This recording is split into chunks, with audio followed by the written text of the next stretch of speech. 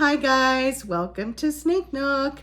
I'm Vanny and with me I've got Atlas. He is my water python. He's about 1.5 years old and he's going to be helping me for about half of the video. The topic of today's video is we're going to dispel some snake misinformation that you may have heard from other keepers. You're gonna wanna stay tuned. All right, guys, well, let's go ahead and get into it. So I'm going to be dispelling some misinformation that is out there about keeping snakes. And I'm doing this with my own anecdotal evidence.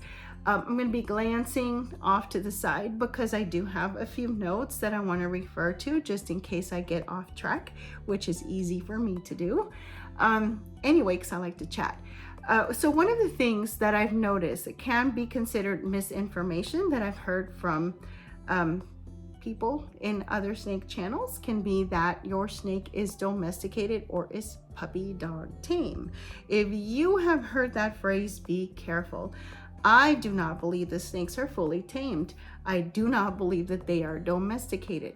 We have been keeping them for several decades, but that is not enough time for us to consider snakes domesticated. It takes thousands and thousands of years for that process to happen. For example, humans have worked with elephants for a very long time.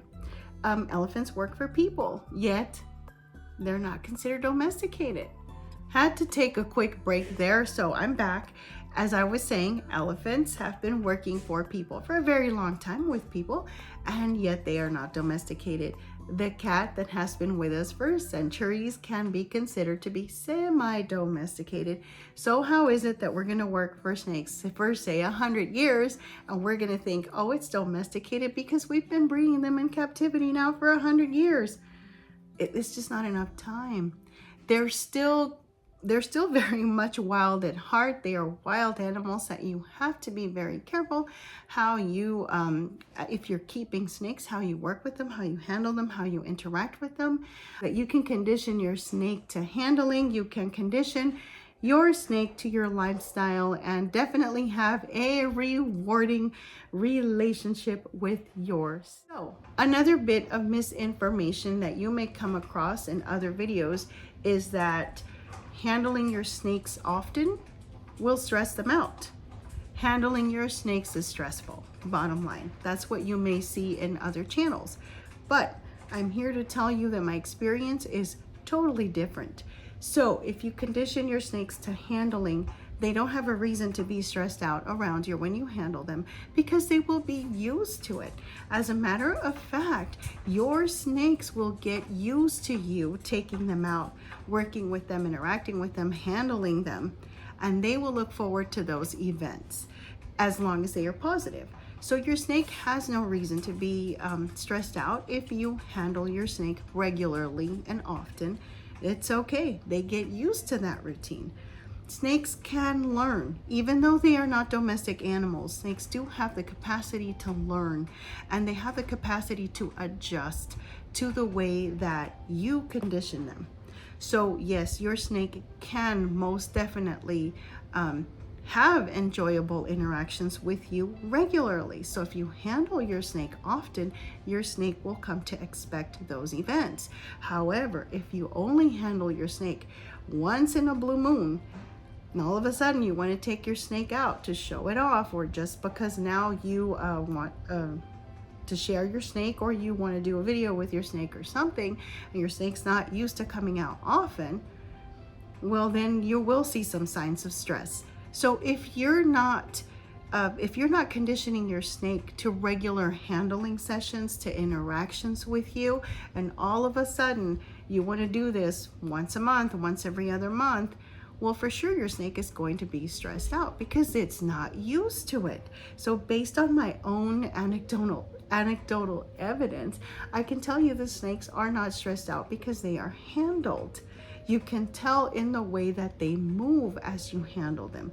They will not be stiff. They will not be trying to flee. They will not They will not act defensively. As a matter of fact, they're just going to be inquisitive. They will interact with you. They will stay close to you. And that lets you know that your snake is not stressed out. But if your snake has defensive behavior, if your snake wants to get away from you, if your snake is doing anything and everything it can to avoid you, then those are definitely signs of stress. And that's because you don't handle your snake enough. Your snake is not a regular part of your life, and it knows that. So, something else that you may see in a video.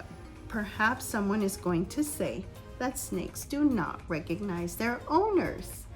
Oh, let me tell you a story about that one. I beg to differ.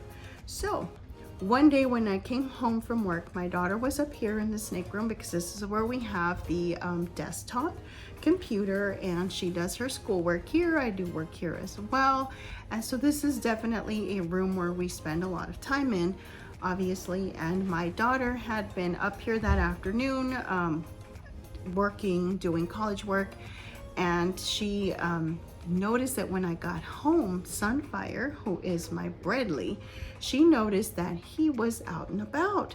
And she had told me, as soon as I made it upstairs, she told me, I guess snakes do recognize their owner. And I said, well, what do you mean? And she said, Sunfire wasn't out, but when you came home, he came out, and he's been out in the open, like looking. So that meant to me that he recognized my steps as I came up the stairs, and he knew about what time of day I came home, and so then he made himself visible, because when I do get home and I do come up here, he is out looking. Not that Sunfire hides away under the layers of newspaper, but my daughter had noticed it because she had walked past his cage more than once. He wasn't out and about looking or awake and waiting or anything like that. It wasn't until I got home. So if someone tells you that your snake does not recognize you, I would say, based on my anecdotal experience, that may not be true. I think your snake may recognize you. I believe so, especially if you spend time with them. If you interact with your snakes, they have a reason to recognize you, to know who you are. They do know you from other human beings. They don't just recognize you as a human being, oh, it's any human being, but they know that you're their human being. So hopefully that helps if you think that your snake doesn't know who you are. I beg to differ. Sunfire does too. And to dispel the last two pieces of information that you may come across in other videos, I have Sunfire himself. He is my Morelia Bredli, or my central carpet python, or Centralian carpet, non-carpet python, in case anyone just does not like to hear carpet with Bredli. So then he's my Centralian non-carpet python. Anyway, this is Sunfire, and he's the one that recognizes me. Anyway, another bit of info that I think we can dispel with my anecdotal evidence is that snakes are better off in a rack system.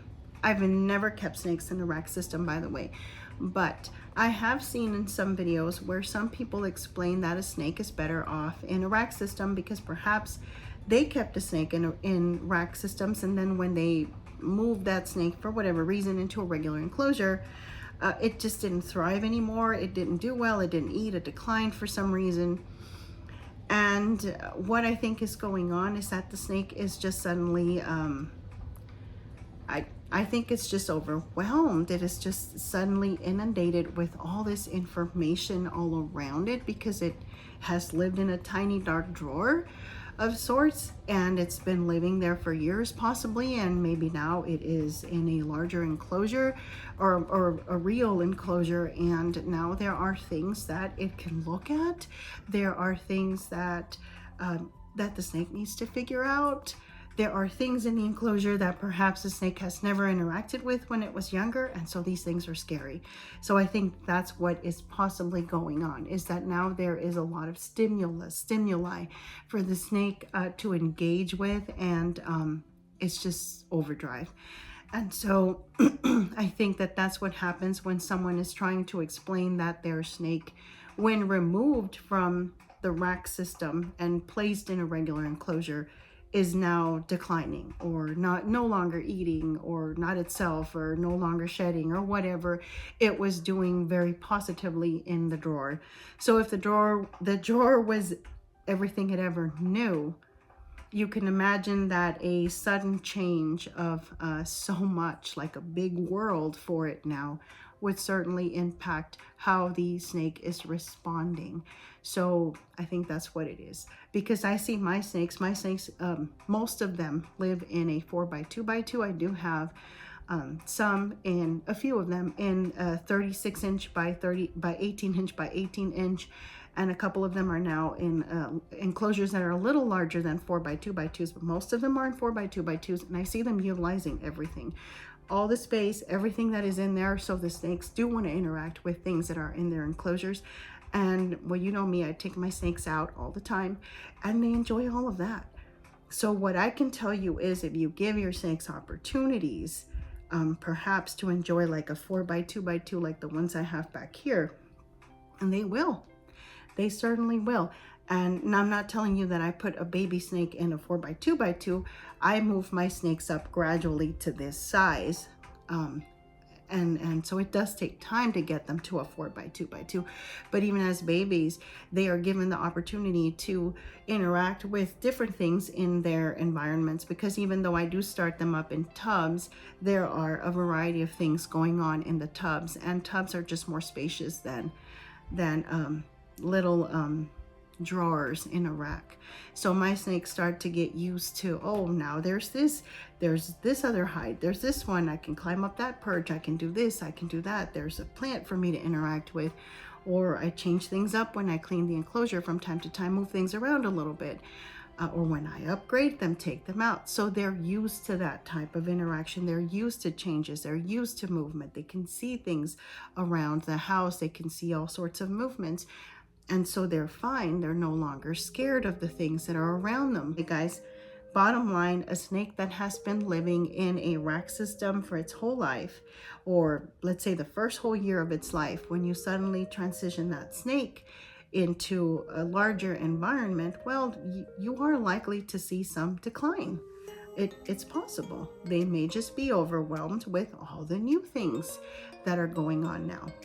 And the last point that we're going to make, right, Sunflower? We're going to make one more point. Is that some snake species are smarter than others. This is the one that I can't stand. This bit of info, because it is very much misinformation. Snakes are equipped with the intelligence that they need to survive and thrive in the ecosystems where they naturally occur. So snakes definitely behave differently according to where they are in their respective food chains. Guys, I don't believe that some snake species are just smarter because they follow you around. Look how that snake follows you as you're working in the snake room. It just follows you with its vision. Therefore, it's smarter than the ball python that is curled up in a ball. That's not true. Well, it's true that they follow you around with their vision, but that does not mean that they're smarter than the other snakes. Or that because a reticulated python does this or does that or behaves this way or that way, it's smarter. What people are doing when they tell you that a certain snake species is smarter than another, I think that they are anthropomorphizing, those human characteristics onto the snake's behavior. And what you're really looking at is varying snake behavior according to snake species. That's just okay, sorry. Phone went off. I'm back. So anyway, what was I saying? Yeah, that what people are really talking about is how different the snake behavior is. So if a person is making an observation and is telling you that a king cobra behaves differently than another venomous snake per se, that is true, because behavior is different. Especially with apex predators, their behavior is certainly very different from a snake that is not an apex predator. for sure. Same thing with the reticulated python. That's an apex predator, and of course their behavior is going to be very different from a snake that is not an apex predator in its natural ecosystem. So just wanted to clear that up for you guys, just based on my own anecdotal evidence, because I have royal pythons here, ball pythons, I have carpet pythons, and I have boa imperators and a couple other species, and they all behave very differently. I'll tell you that. I have observed very different behavior, but I am not going to anthropomorphize and say, oh, the boa is smarter than the royal because this is what the boa does. And the royal python doesn't do that. I'm not telling you that, because simply what I'm doing is stating a difference in the behavior. I have no proof that one species is more intelligent than another. So if there is some sort of proof or some sort of IQ test that I have yet to discover, please let me know. I would be very interested to read a scientific paper on that, because I truly do like to do a lot of research, guys, when it comes to these guys, how they behave and what they are like and all of that. And then I base a lot of what I know about snakes on my own pet snakes, based on how they behave, based on how I interact with them, because I keep them as pets, and that doesn't mean that hands off at all. If anything, my pet snakes are my pet snakes because of the tactile experience that I'm going to get from these guys, because I'm going to work with them, I'm going to handle them, and I'm going to interact with them. Not one of my snakes is a display animal. There's no such thing for me. So I try to keep species that I definitely can interact with and hold and handle and work with. And some of these guys are even snake education ambassadors for me. So I definitely believe that snakes are certainly all smart in their own ways, according to their own species. And I keep them because I like to interact with them. And so my anecdotal evidence for dispelling some of this misinformation is just based on how I coexist with these guys. Thank you so much for watching this video to the end, guys. We certainly appreciate your time here at Snake Nook, and we hope to see you here again next time. If you have not already subscribed to this channel, what are you waiting for? Hit that subscribe button for us, please, and that like button while you're at it, and we hope to see you here again next time. Y'all have a good one. Bye.